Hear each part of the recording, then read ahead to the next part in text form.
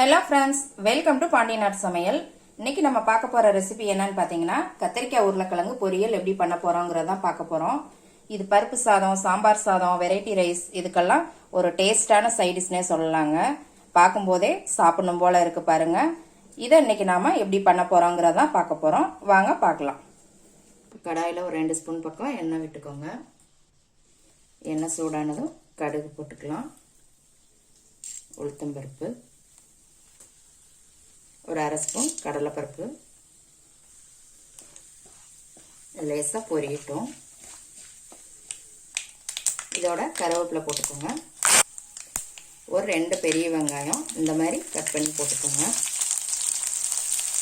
அதோட 2 பச்சை மிளகாய் இந்த மாதிரி கீறி போட்டுக்கோங்க. இதை நல்லா வதக்கிக்கலாம். இதோட கொஞ்சம் உப்பு சேர்த்து வதக்கிக்கோங்க. உருளைக்கிழங்கு நான் பெரிய சைஸ் உருளைக்கிழங்கு ஒரு 3 உருளைக்கிழங்கு எடுத்துருக்குறேங்க. இந்த மாதிரி நீல வாக்கில் கட் பண்ணிக்கோங்க. தோலோட போடுங்க, அது நல்லா டேஸ்ட்டாக இருக்கும். இந்த மாதிரி கட் பண்ணி போட்டுக்கோங்க. இது நல்லா இப்போ வதக்கி விட்டுக்கலாம். கத்திரிக்காய் சீக்கிரம் வெந்துருங்க. உருளைக்கிழங்கு வேகிறதுக்கு கொஞ்சம் லேட் ஆகும். அதனால் இதை ஒரு 2 நிமிஷம் நம்ம வேக வச்சுட்டு அதுக்கப்புறமா கத்திரிக்காய் போட்டுக்கலாம்.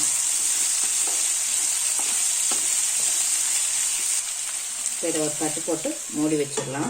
ஒரு 2 நிமிஷம் வேகட்டும். இடையில ஒரு 2 டைம் இந்த மாதிரி மூடி எடுத்துட்டு வதக்கி விட்டுக்கோங்க. அப்போதான் ஒன்று மாதிரி எல்லா பக்கமும் நல்லா வேகும். உருளைக்கிழங்கு பாதி வெந்துருச்சுங்க. இப்போ நம்ம இதில் கத்திரிக்காயை சேர்த்துடலாம். கத்திரிக்காய் நான் இன்னைக்கு ஒரு 5 கத்திரிக்காய் எடுத்துருக்குறேங்க. இந்த மாதிரி இதையும் நீல வாக்கில் கட் பண்ணி போட்டுக்கோங்க. இதை எல்லாத்தையுமே நல்லா மொத்தமாக வதக்கிக்கலாம். இப்போ இதில் இன்னும் கொஞ்சம் உப்பு போட்டுக்கலாம். நம்ம கம்மியாக போட்டோம்.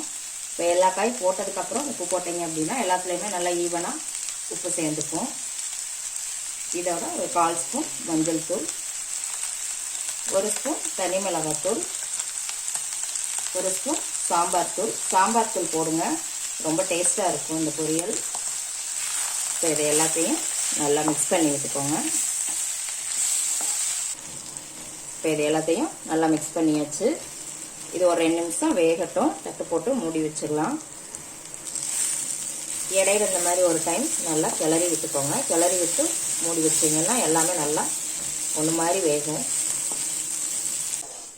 காயெல்லாம் நல்லா வெந்துருச்சுங்க. இப்போ சூப்பராகவும் பார்க்குறதுக்கே சூப்பராக இருக்குது.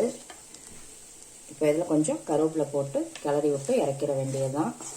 சூப்பரான கத்திரிக்காய் உருளைக்கிழங்கு பொரியல் ரெடி ஆயிருச்சுங்க. பார்க்கும்போதே சாப்பிடணும் போல இருக்குது. இதை எப்படி இருக்குன்னு செஞ்சு பார்த்துட்டு கமெண்ட்ல போடுங்க. லைக் பண்ணுங்க, ஷேர் பண்ணுங்க, சப்ஸ்கிரைப் பண்ணுங்க. கூடவே பெல் ஐக்கான் பட்டனையும் அமுக்குங்க.